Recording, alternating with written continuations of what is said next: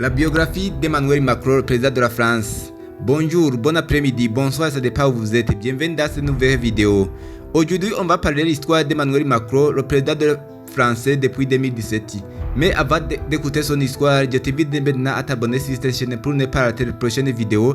Parler sur la biographie de hautes personnalités à travers le monde. Si tu es français ou si tu aimes Emmanuel Macron ou si tu aimes la France, veuillez t'abonner, faire j'aime, partager cette vidéo et commenter.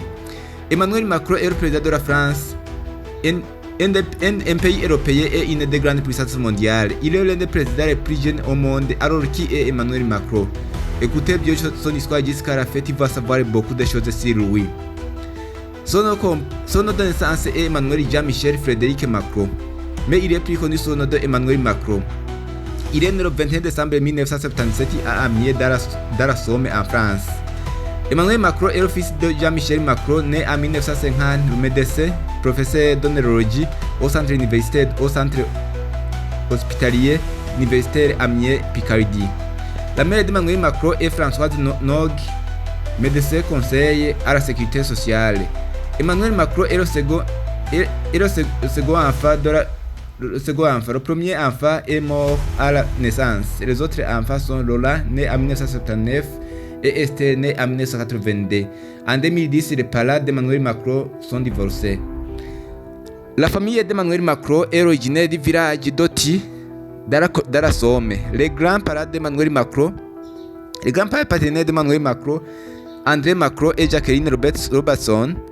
Les grands-parents maternels d'Emmanuel Macron sont Jean Nog et Germaine Albert. Ils sont originaires de Bagnères de Bigorre. L'enfance d'Emmanuel Macron. Les parents d'Emmanuel Macron ont choisi son prénom en référence à la prophétie biblique de Jésus-Christ. Emmanuel Macron a grandi dans le quartier résidentiel en Rivière à Amiens en France. À l'âge de 12 ans, Emmanuel Macron a demandé d'être baptisé contre la vie de son père. Ce fut le début d'une période mystique qui a duré plusieurs années. Emmanuel Macron explique que sa passion pour les lettres a été sa grand-mère maternelle, Germaine Nog, qui était professeure de géographie. De la 6e à la première, Emmanuel Macron était au lycée de la Providence, un établissement privé catholique d'Amiens fondé par la congrégation des Jésuites. Il a obtenu une mention régionale au concours général de français en 1994 alors qu'il était un élève de la classe de la première. Emmanuel Macron a terminé ses études secondaires au lycée Henri IV, Paris, où ses parents lui ont envoyé pour l'éloigner de Brigitte Trognet, sa professeure de théâtre avec laquelle il avait une relation.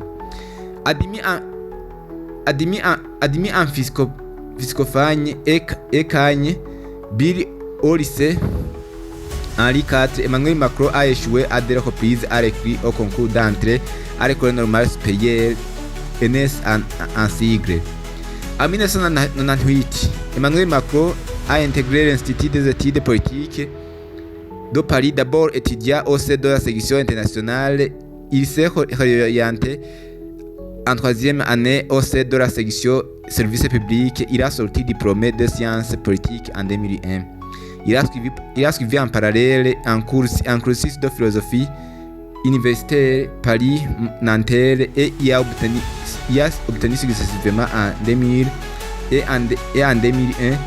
Ses mémoires d'études sont dédiées à des penseurs politiques comme Machiavel et Hegel. De 1999 à 2001, Emmanuel Macron était assistant éditorial pour le livre de la mémoire de l'histoire du philosophe Paul Ricoeur, qui recherchait l'anarchiste. Il est devenu membre du comité de la rédaction de la revue Esprit. Certains observateurs ont mis en avant l'influence de Paul Ricoeur dans les positions politiques d'Emmanuel Macron. Emmanuel Macron a poursuivi ses études à Rennes, à Strasbourg, dans la promotion Léopold Sédar Senghor 2002 jusqu'en 2004. Emmanuel Macron a sorti 5e à Rennes. Emmanuel Macron a effectué un stage de 6 mois à l'ambassade de France à Abidjan au Nigeria, puis il a effectué un autre stage à la préfecture de l'Ouest.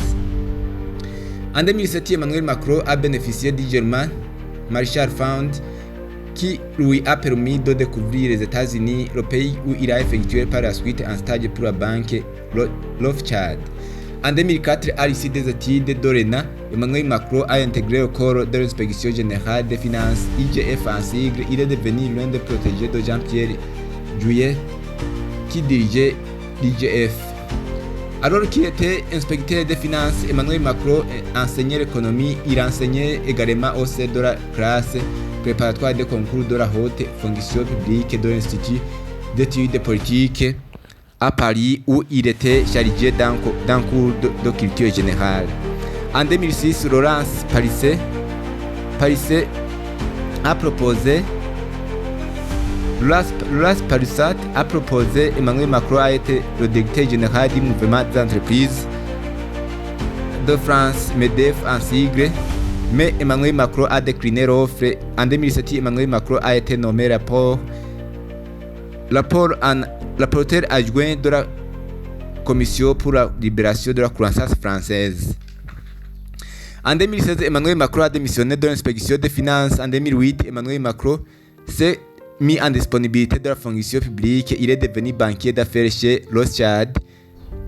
En 2010, sous la présidence de Nicolas Sarkozy, Emmanuel Macron a offert son aide bénévole à la Société de l'égalité du monde SRM en sigle, dans le contexte de la revente du journal Le Monde.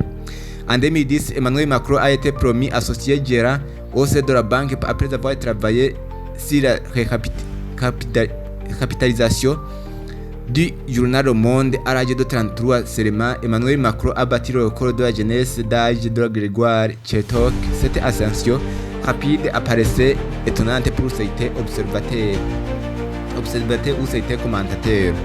Le parcours politique d'Emmanuel Macron, militantisme au MDC. À la fin des années 90, pendant près de 2 ans, Emmanuel Macron militait au mouvement des citoyens MDC en sigle. Alors en sciences politiques, Emmanuel Macron a effectué un stage au cabinet de Georges Sall, qui était maire du 11e arrondissement de Paris. Engagement au sein du Parti socialiste. À partir de 2006, Emmanuel Macron était proche du Parti socialiste PS en sigle. Les affirmations selon lesquelles il en aurait été membre jusqu'en 2009 ont été démenties par la suite. À partir de 2006, Emmanuel Macron a également collaboré avec la fondation de Jean Jaurès. En vue des élections législatives de 2007, Emmanuel Macron a essayé d'obtenir du PS une investiture en Picardie, mais les adhérents socialistes de Picardie se sont opposés à sa candidature. Lors de la primaire présidentielle socialiste de 2011, Emmanuel Macron a soutenu François Hollande, devenu président de la France de 2012 jusqu'en 2017. Première responsabilité d'Emmanuel Macron de 2012 jusqu'en 2016, secrétaire général adjoint de l'Élysée. Après la victoire de François Hollande lors des élections présidentielles de 2012, Emmanuel Macron est devenu le secrétaire adjoint de l'Élysée. Sa nomination à ce poste a été suggérée le président François Hollande par François Rebsamen. Emmanuel Macron a été l'un des artisans du crédit pour la compétitivité et l'emploi et du pacte de responsabilité et de solidarité. Lors des élections municipales de 2014, une candidature a été proposée à Emmanuel Macron dans sa ville natale d'Amiens, mais il a refusé l'offre. Le 26 août 2014, Emmanuel Macron a été nommé ministre de l'économie, de l'industrie et du numérique en France dans le gouvernement du Premier ministre François Valls. Après avoir été nommé ministre, Emmanuel Macron est devenu le plus jeune ministre de l'économie depuis Valéry Giscard d'Estaing en 1962. Dans le mois de décembre 2014, Emmanuel Macron a présenté au Conseil des ministres le projet de la loi pour la croissance de l'activité et l'égalité des chances économiques. Cette loi avait pour objectif de déverrouiller l'économie française. Cette loi a été baptisée la loi Macron. Le 6 avril 2016, à Amiens, Emmanuel Macron a fondé le parti En Marche, EM en sigle. À cette initiative, il a assumé pour la première fois son ambition de se présenter à l'élection présidentielle de 2017. Le 30 août 2016, Emmanuel Macron a démissionné de ses fonctions de ministre pour se consacrer sur son parti En Marche. Les élections présidentielles de 2017. En avril 2016, Emmanuel Macron a fait part de se présenter aux élections présidentielles et il a commencé à organiser des meetings. En novembre 2016, Emmanuel Macron a officiellement annoncé sa candidature, puis il a publié son livre programmé baptisé La Révolution. Le 23 avril 2017, au terme d'une campagne active, onéreuse, particulièrement médiatisée et tourmentée par une fuite de documents, Emmanuel Macron a remporté des élections présidentielles avec 24,01% des voix. Puis il a battu Marine Le Pen au second tour 2 semaines plus tard avec 66% des voix. Président de la République française depuis 2017. Premier mandat de 2007 jusqu'en 2022. Le 14 mai 2017, Emmanuel Macron est investi président de la République française. Il est le 8e président de la 5e République et le 25e président de la République française lors de son entrée en fonction. Il avait 39 ans, ce qui lui faisait le plus jeune président de l'histoire de la France et le plus jeune président du G20 et le plus jeune chef d'État élu démocratiquement.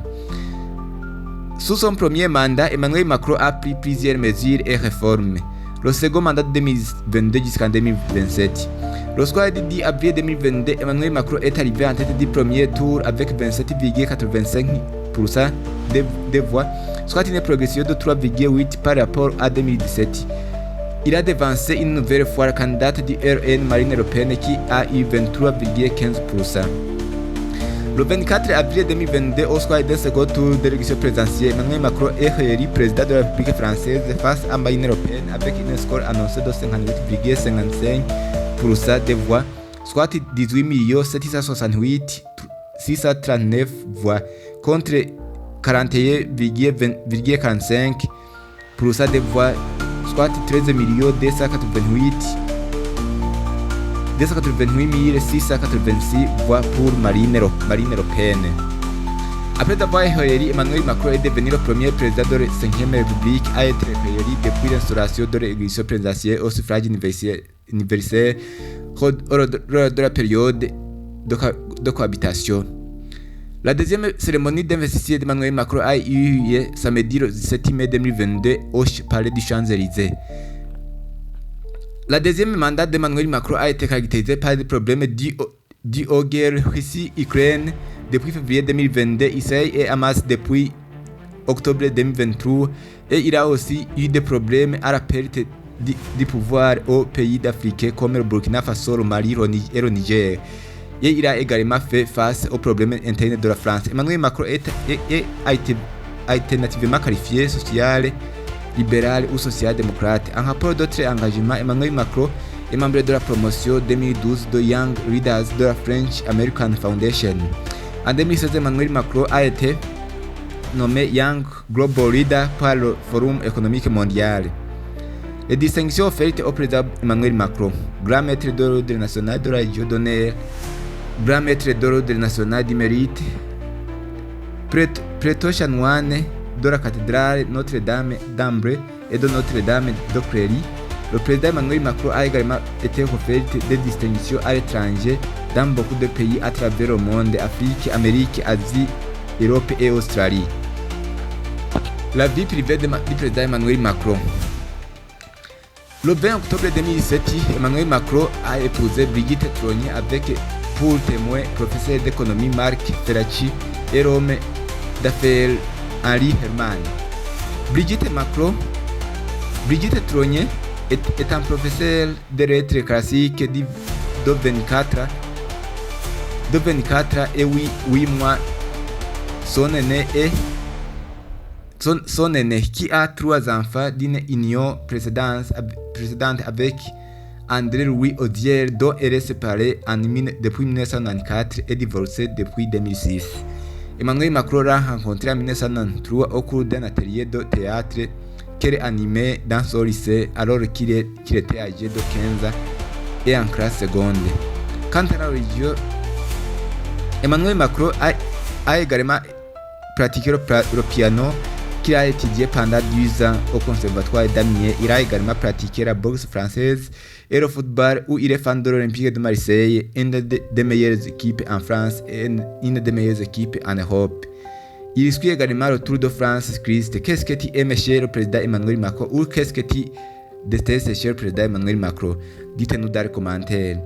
Veuillez t'abonner pour ne pas rater les prochaines vidéos par la biographie de grandes personnalités.